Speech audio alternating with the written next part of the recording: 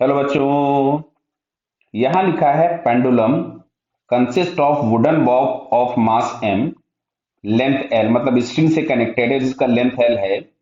Bullet of mass m1 is fired towards the pendulum with speed v1.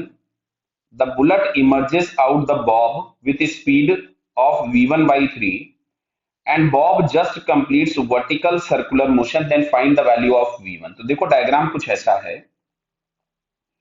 यहाँ कहीं पे suspended है Bob और ये आपके पास बॉब दिया गया था, वुडन ब्लॉक दिया है जिसका मास हम लोगों के पास दिया है m। क्लियर है? बताइए। ये बिफोर कोलिजन का मैं डायग्राम बना रहा हूं। यहाँ कहीं पे ये m1 मास की बुलेट है जो v1 वेलोसिटी से आ रही है। अच्छा, कोलिजन के बाद की कहानी ऐसी है, ये हम लोगों के पास वुडन ब्लॉक है जो कुछ v2 वेलोसिटी एक्वायर कर लेता है और ये जो बुलेट आपके पास थी m1 मास की, ये v1 बाई 3 से बाहर निकल गई। बराबर है, लिखा है ना, emerge out with v1 by 3। Clear? अब आपसे पूछा गया है, पहले तो मैं यहाँ पे कंजर्वेशन ऑफ मोमेंटम लगा देता हूं। तो इनिशियल मोमेंटम के नाम पे हमारे पास मिलेगा m1 v1। अच्छा, फाइनली हमारे पास यहां से आ गया m v2 plus m1 v1 by 3। तो इसको अगर हम इधर ले आएंगे तो ये हो गया 2m1 v1 by 3 is equals to m into v2।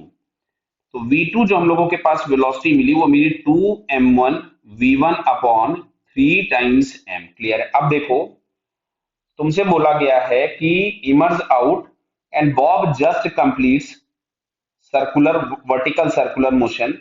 तो अगर बॉब को वर्टिकल सर्कुलर मोशन कंप्लीट करना है तो ये minimum velocity bottom most point पे होती है अंडर रूट ऑफ 5gl। इस V2 की जगह हम लोग लिख देते हैं 5gl। V2 की जगह अपन ने क्या लिख दिया? 5gl is equals to 2m1v1 upon 3 times m।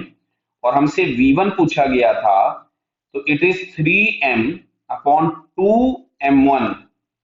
ध्यान दे लीजिएगा, अंडर रूट 5gl। बेटा गड़बड़ मत कर देना, नहीं लास्ट में कैलकुलेशन में उल्टा सीधा कर दिया। देख लो एक बार, 3m ऊपर जाएगा, 2m1 नीचे आएगा।